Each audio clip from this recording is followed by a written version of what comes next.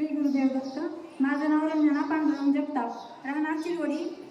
मी धाराशिव जिल्ह्यातलीच आहे, इथली जवळचीच आहे. मग माझा अनुभव भरपूर आहेत सांगण्यासारखे, पण आता बरेच जण वेळ कमी असल्यामुळे मी थोडक्यात सांगते. तर मी एकदम असं करून खाणारी परिस्थिती माझी होती. तर मी लहानपणापासून माझा आजी इथं बडाची वाडी आहे.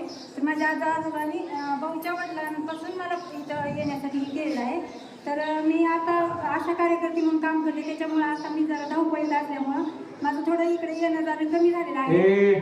तर आता मी गेल्या पौर्णिमेला आले होते, पण भाऊ मी त्या ह्याला यात्रेला गेल्यामुळं माझं त्यांची भेट झाली नसल्यामुळं मी आता आवर्जून आलेली आहे. तर मला भाऊनी काय केलं, माझ्या शेतात पाणी पण नव्हतं आणि एक आले होते मी असंच माझे नाव आले. इथं एक बडाचवाडी नावाचं गाव आहे. ती बडाचवाडी, कुमारवाडी आणि जागीरवाडी, त्या गावात मला भाऊ म्हणतात. महाराष्ट्र अख्खा पप्पा म्हणतो, काही भागामध्ये बाबा म्हणतात आणि काही भागात बुवा म्हणतात.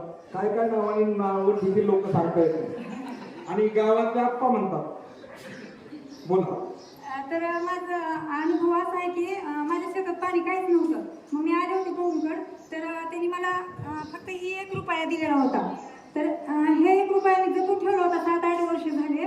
तर माझा ही आता हा 1 रुपया नाही, माझ्या घरातून लहान लेकरं माझ्या दत्त जयंतीला आत्ताच्या रुपया घेऊन गेलेले आहेत. तर हा रुपया नेल्यापासून मी पूजत होते दररोज देवाऱ्यावर. तर म्हणजे विश्वास ठेवला का रुपयाचा असो अगर काही असो, श्रद्धा भाव आपला महत्वाचा आहे. तर हा रुपया माझा दुसरा होता, ती नेला.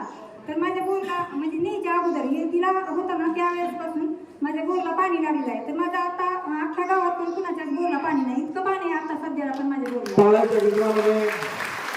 करूया.